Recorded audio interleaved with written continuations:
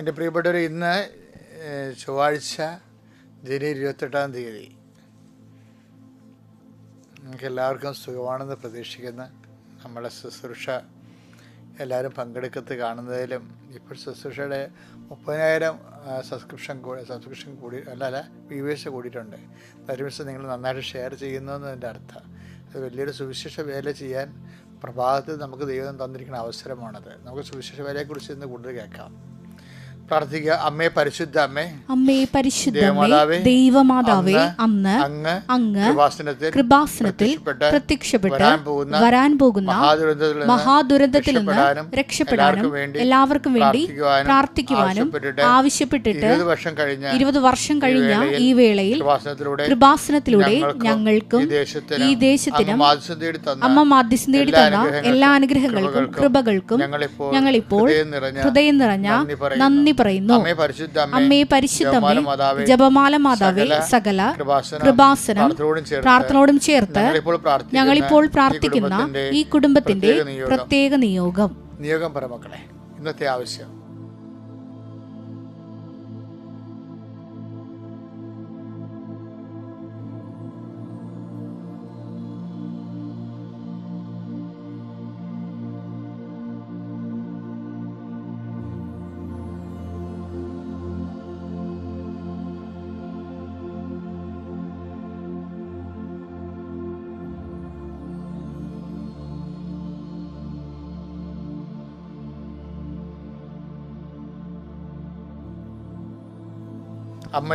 അമ്മയുടെ പ്രത്യക്ഷീകരണത്തിന്റെ ഈ ദ്വാദശക വേളയിൽ ഞങ്ങൾക്ക് സാധിച്ചു തരുവാൻ കനിയണമേ. ആമേൻ. വിശ്വാസ പ്രമാണം. സർവശക്തനായ പിതാവും ആകാശത്തിന്റെയും ഭൂമിയുടെയും സൃഷ്ടാവുമായ ദൈവത്തിൽ ഞാൻ വിശ്വസിക്കുന്നു.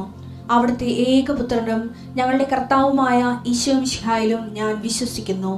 ഈ പുത്രൻ പരിശുദ്ധാത്മാവിനാൽ ഗർഭസ്ഥനായി കന്യകാമറിയത്തിൽ നിന്ന് പിറന്ന് പൊന്തിയോസ് പീലാത്തോസിന്റെ കാലത്ത് പീഡകൾ സഹിച്ച് കുരിശിൽ തറയ്ക്കപ്പെട്ട് മരിച്ച് അടക്കപ്പെട്ട് പാതാളങ്ങളിൽ ഇറങ്ങി മരിച്ചവരുടെ ഇടയിൽ നിന്ന് 3-ാം നാൾ ഉയർത്ത് സ്വർഗത്തിലേക്ക് എഴുന്നള്ളി സർവശക്തിയുള്ള പിതാവായ ദൈവത്തിന്റെ വലതുഭാഗത്തിരിക്കുന്നു.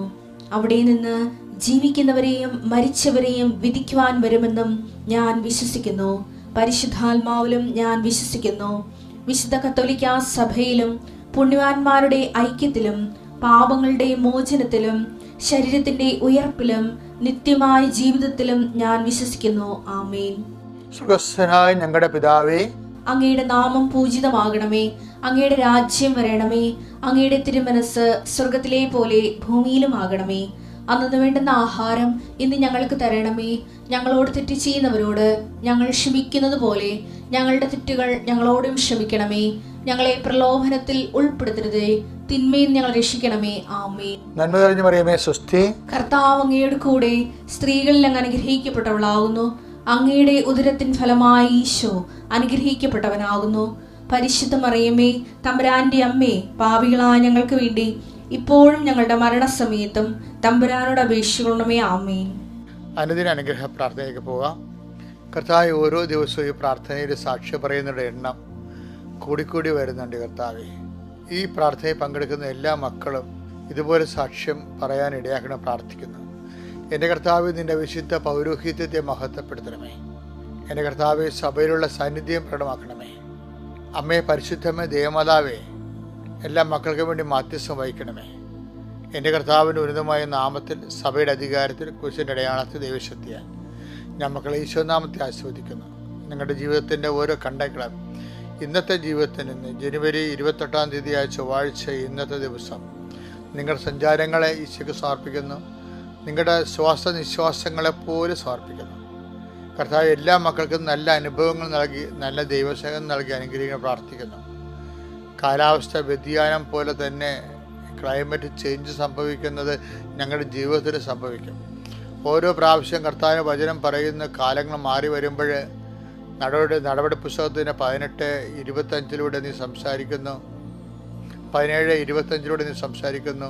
കാലങ്ങൾ മാറി വരുമ്പോൾ കാലങ്ങൾ മാറിയെന്ന് വരുന്ന അനുസരിച്ച് കൊണ്ട് ദൈവാനുഭവത്തിൻ്റെ പുതിയ അനുഭവ തലങ്ങളിലേക്ക് മെച്ച സ്ഥലങ്ങളിലേക്ക് ഞങ്ങളെ നീ കൈപിടിച്ച് നടത്തുന്നത് നിൻ്റെ ദൈവസംഘത്തിൻ്റെ പരിലാളനയായിട്ട് ഞങ്ങളുടെ സഹന സാഹചര്യങ്ങളെ വിവേചിച്ച് മനസ്സിലാക്കാൻ ആവശ്യമായ പരിശുദ്ധ അമ്മ സൂക്ഷിച്ചിരുന്ന അതേ ഹൃദയ മൗനങ്ങൾ ഞങ്ങൾക്ക് ആസ്തിയായിട്ട് വരണമെന്ന് പ്രാർത്ഥിക്കുന്നു.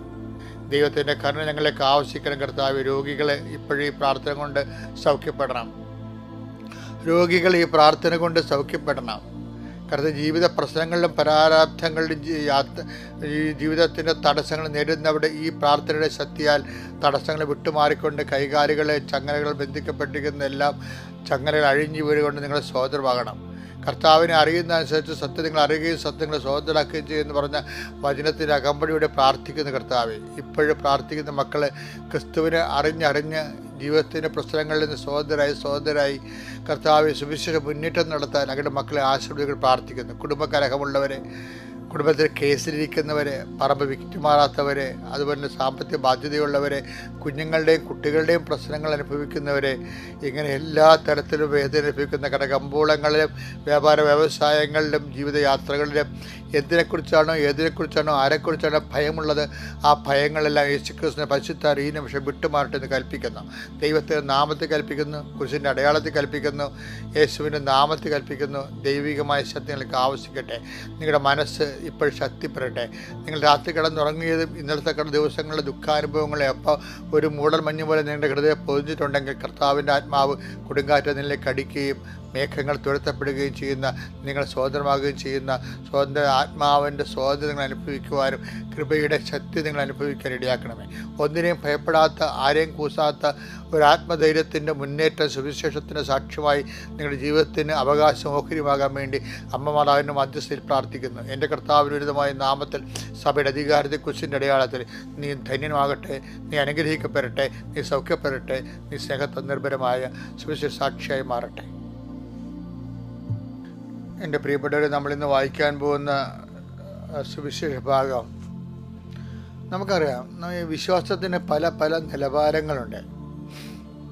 ഇന്നത്തെ അനുദിന പ്രാർത്ഥന നിങ്ങൾ കേട്ടായിരുന്നു. ഓരോ ഘട്ടം ഘട്ടമായിട്ട് നമുക്ക് ഓരോ ദിവസവും തരുന്നത് വിശ്വാസ വളർച്ചയുടെ ഭാഗമായിട്ടാണ് ദൈവം തരുന്നത്. ആദ്യം ചിലർ ശ്രദ്ധിച്ചില്ലെങ്കിൽ വിശ്വാസത്തിൻ്റെ പ്രാഥമിക പാഠങ്ങൾ തന്നെയായിരിക്കും അവർ മരണം വരെ ജീവിക്കുന്നത്. ചില ആൾക്കാർ 4ാം ക്ലാസ്സൊക്കെ പഠിച്ചിട്ട് ഒരു 4ാം ക്ലാസ് തൊട്ട് മരിച്ചു പോകത്തില്ലേ. 10-75-92 വയസ്സാകുമ്പോഴും പഴയ 4ാം ക്ലാസ് മരിച്ചു പോകും. അതുപോലെ തന്നെ വിശ്വാസത്തിലും ചില നമസ്കാരങ്ങളും ചില വിശ്വാസങ്ങളൊക്കെ ആയിട്ട് അങ്ങനെ ജീവിച്ച് പ്രാർത്ഥനയാണ് ഏറ്റവും വലുതെന്നൊക്കെ പറഞ്ഞ് ജീവിച്ച് ഒരു സഹോദരനെ പോലും സ്നേഹിക്കാതെ ആർക്കും സുവിശേഷം കൈമാറാതെ മരിച്ചു പോയ ആൾക്കാരെ കണ്ടിട്ടില്ലേ?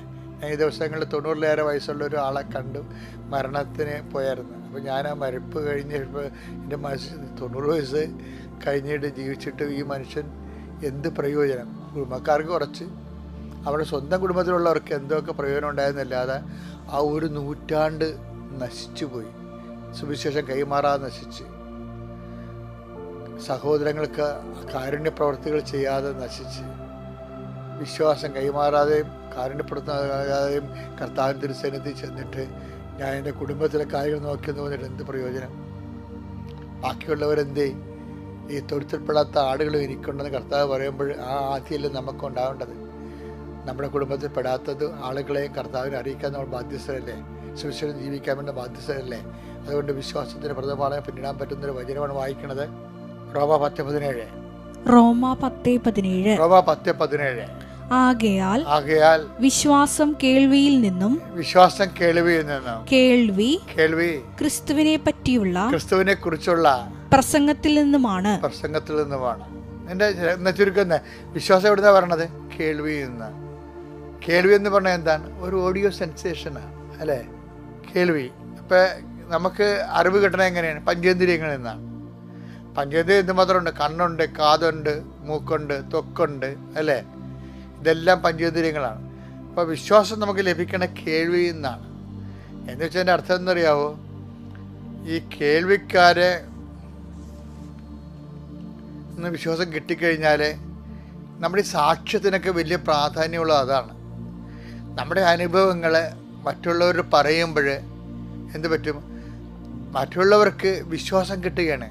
കാര്യം എന്താണ്? വിശ്വാസം കേൾവിയിൽ നിന്നാണ് കിട്ടുന്നത്. അപ്പോൾ ഇന്ന് വരെ നിനക്കൊരു ദൈവാനുഭവം ഉണ്ടായിട്ടില്ല, ഉണ്ടായ അനുഭവങ്ങൾ നീ മറ്റുള്ളവരോട് പറഞ്ഞിട്ടില്ല എന്നുണ്ടെങ്കിൽ നീ സാക്ഷിയല്ല. നീ ഭൂമിയുടെ അതിർത്തികൾ വരെ സാക്ഷിയാകാനാണ് കർത്താവ് പറഞ്ഞത്. ഈ അനുഭവങ്ങൾ ഇങ്ങനെ ഭൂമിയുടെ അതിർത്തികളെന്ന് പറയുന്നതാണ് നമ്മൾ നടന്നെത്തുന്ന സ്ഥലം, എവിടെ വെച്ച് നമ്മൾ മരിക്കുന്നു, അതാണ് നമ്മുടെ ഭൂമിയുടെ അതിർത്തി എന്ന് ഞാൻ നേരത്തെ പറഞ്ഞിട്ടുണ്ട്. അപ്പോൾ മരണത്തെ ജീവിത അന്ത്യം വരെ നമ്മൾ സാക്ഷികളാകും. ഈശോ പറഞ്ഞൊരു വാക്ക് കേട്ടോ, എന്ന് വെച്ചേ അപ്പോസ്തല പ്രവർത്തനങ്ങൾ 1:8. എന്നാൽ പരിശുദ്ധാത്മാവ് നിങ്ങളുടെ മേൽ വന്നു കഴിയുമ്പോൾ നിങ്ങൾ ശക്തി പ്രാപിക്കും. ജെറുസലേമിലും യൂദയ മുഴുവനിലും സമരിയായിലും ഭൂമിയുടെ അതിർത്തികൾ വരെയും നിങ്ങൾ എനിക്ക് സാക്ഷികളായിരിക്കുകയും ചെയ്യും. അപ്പം നമ്മുടെ ജീവിതത്തിന്റെ അന്ത്യം വരെ ദൈവം നമ്മളിൽ നിന്ന് പ്രതീക്ഷിക്കുന്നത് സാക്ഷ്യമാണ്. അത് നമ്മുടെ അനുഭവങ്ങൾ, ദൈവാനുഭവങ്ങൾ മറ്റുള്ളവരോട് പങ്കുവെക്കണം. ചില കണ്ടിട്ടില്ലേ, ബസ്സിലിരിക്കുമ്പോഴും കഴിഞ്ഞ ദിവസങ്ങളിലൊക്കെ ഉടമ്പടിയുടെ സാക്ഷ്യം പറഞ്ഞത്, ഞാൻ ബസ്സിൽ കയറുമ്പോൾ എൻ്റെ അടുത്തിരിക്കണ കാണുമ്പോൾ എനിക്ക് ഭയങ്കര സന്തോഷം തോന്നും. എന്താ കാര്യം, എനിക്ക് ഈശോനെക്കുറിച്ച് അവരോട് പറയാൻ പറ്റുമല്ലോ എന്ന്. അപ്പം അങ്ങനെയാണ് മനുഷ്യർക്ക് ഇപ്പം ജീവിക്കണത്. അപ്പം ഇതൊന്നുമില്ലാതെ, ഒരു വിശ്വാസ കൈമാറ്റവും ഇല്ലാതെ, ഒരു കാരുണ്യ പ്രവർത്തികളൊന്നും ഇല്ലാതെ, സാക്ഷ്യജീവിതം ഇല്ലാതെ നമ്മൾ 100 കൊല്ലം ഇവിടെ ജീവിച്ചിട്ട് എന്ത് പ്രയോജനം? അപ്പം അതുകൊണ്ട് ഇതിൻ്റെ വിഷയം എന്ന് പറയുന്നത്, ഈ സമയം ദൈവത്തിന് വേണ്ടി പ്രയോജനപ്പെടുത്താൻ നിങ്ങൾ ഇന്നൊരു തീരുമാനം എടുക്കണം. 2025 ജനുവരി മാസം തീരാൻ പോവുകയാണ്. ഇപ്പം സമയം എത്ര പെട്ടെന്നാണ് പോയത്, ഒരു മാസം പോയത് കണ്ടില്ലേ? അപ്പം സമയം നമ്മുടെ മുമ്പിലുള്ളത് സാക്ഷ്യജീവിതത്തിനായി ഉപയോഗിക്കാൻ നമുക്ക് കഴിഞ്ഞാൽ പിന്നീട് നമുക്കറിയാമല്ലോ, സാക്ഷ്യജീവിതത്തിന് വേറെയും അർത്ഥങ്ങളുണ്ട്. കാര്യം നമ്മളെ പ്രതി ഒരു നമ്മൾ തന്നെ പ്രാർത്ഥിച്ചിട്ട് ഒരു രോഗസൗഖ്യം നടത്തുകയോ ഒരു ദൈവാനുഭവം ഉണ്ടാകുകയോ ചെയ്യുന്നതിനേക്കാൾ വലുതാണ് സുവിശേഷ കൈമാറ്റം എന്ന് കർത്താവ് പറയുന്നുണ്ട്. അത്ഭുതത്തിനേക്കാൾ വലുതാണ് സുവിശേഷ കൈമാറ്റം എന്ന് പറയുന്നുണ്ട്. പക്ഷേ സുവിശേഷ കൈമാറ്റത്തിൻ്റെ വേണമെങ്കിൽ എന്ത് വേണം? അതിൻ്റെ സ്ഥിരീകരണത്തിന് അടയാളങ്ങൾ വേണം. അടയാളങ്ങളില്ലാത്ത സുവിശേഷ കൈമാറ്റം ചുമ്മാ പ്രസംഗം പോലെ ഇരിക്കും. ഈ പള്ളികളിലെ പല പ്രസംഗങ്ങൾക്കും വരുന്ന ഒരു സംഭവം, അതിന് അടയാളങ്ങളില്ലാതെ സുവിശേഷ കൈമാറ്റം മാത്രമാണ്. അതായത് അടയാളം കൊണ്ട് സ്ഥിരീകരിക്കണ്ടേ? കർത്താവ് അവരോട് സംസാരിക്കുകയും, മർക്കോസിൻ്റെ 16:20 എടുത്തേ. മർക്കോസ് 16:20. കർത്താവ് അവരോട് കൂടെ പ്രവർത്തിക്കുകയും അടയാളങ്ങൾ കൊണ്ട് വചനം സ്ഥിരീകരിക്കുകയും ചെയ്തിരുന്നു. വചനത്തിന് സ്ഥിരീകരണം വേണം, പ്രസംഗത്തിന് സ്ഥിരീകരണം വേണമെങ്കിൽ അടയാളങ്ങൾ വേണം. അല്ലെങ്കിൽ അതൊരു പ്രബന്ധം അവതരിപ്പിക്കുന്ന പോലെ ഇരിക്കും. പ്രബന്ധം അവതരിപ്പിച്ചു കഴിഞ്ഞാൽ ഒരു മനുഷ്യൻ്റെ ആത്മാക്കളെ വീണ്ടെടുക്കാൻ പറ്റത്തില്ല. അതുകൊണ്ടാണ് കൃപാസനത്തിൽ നിരന്തര സാക്ഷ്യങ്ങളും, സാക്ഷ്യത്തെ സപ്പോർട്ട് ചെയ്യുന്ന വചനങ്ങളും, വചനത്തെ സപ്പോർട്ട് ചെയ്യുന്ന സാക്ഷ്യങ്ങളും, അടയാള സഹനവും സ്ഥിരീകരണ സഹനം നിങ്ങൾക്ക് നൽകുന്നത്. എന്തിനാണ്? അത് വിശ്വാസ കൈമാറ്റത്തിനാണ്. കാര്യം വിശ്വാസ കൈമാറ്റം എന്ന് പറയുമ്പോൾ എന്താ സംഭവിക്കണമെന്ന് അറിയാമോ? വിശ്വാസികൾ നിങ്ങളെ വിട്ടുപോയതിൽ, നിങ്ങൾക്ക് അനുസരണപ്പെട്ടതിൽ നിങ്ങൾ അത്ഭുതപ്പെട്ട കാര്യമില്ല. കർത്താവ് ആത്മാവിൽ ആനന്ദിച്ചത് സ്വർഗത്തിൽ നമ്മുടെ പേരുകൾ എഴുതപ്പെട്ടിരിക്കുന്നത് കൊണ്ടും ആ ദൈവികമായ രഹസ്യം ശിശുക്കളായ ശിഷ്യന്മാർക്ക് വെളിപ്പെടുത്തുകൊണ്ടുമാണ്. അതുകൊണ്ടാണ് ലൂക്കാ 10:20 വായിച്ചേ. എന്നാൽ പിശാചുക്കൾ നിങ്ങൾക്ക് കീഴടങ്ങുന്നു എന്നതിൽ നിങ്ങൾ സന്തോഷിക്കേണ്ട. മറിച്ച് നിങ്ങളുടെ പേരുകൾ സ്വർഗത്തിൽ എഴുതപ്പെട്ടിരിക്കുന്നു എന്നതിൽ സന്തോഷിക്കുവിൻ. എന്താ കാര്യം? ആ 72 പേരെ പറഞ്ഞയച്ചത് കർത്താവിൻ്റെ സുവിശേഷ വേലയാണ് അവർ ചെയ്തത്. സുവിശേഷ വേല മാത്രമേ സ്വർഗത്തിൽ പേര് രേഖപ്പെട്ടതുള്ളൂ. അത്ഭുതങ്ങളും അടയാളങ്ങളൊക്കെ നടക്കും, ദൈവാനുഭവങ്ങൾ ഉണ്ടായാലും നമ്മളുടെ പേരുകൾ കർത്താവിൻ്റെ കൈവെള്ളയിൽ എഴുതി വെക്കുന്നത്, ഹൃദയത്തിൽ എഴുതി വെക്കുന്നത് സുവിശേഷം കൈമാറുമ്പോഴാണ്. അത് മുഖ്യമായ ഒരു ലക്ഷ്യമായിട്ട് എടുക്കാൻ ഇന്നു മുതൽ നിങ്ങൾക്ക് പ്രത്യേകമായ ദൈവം നിങ്ങൾ അനുഗ്രഹിക്കട്ടെ.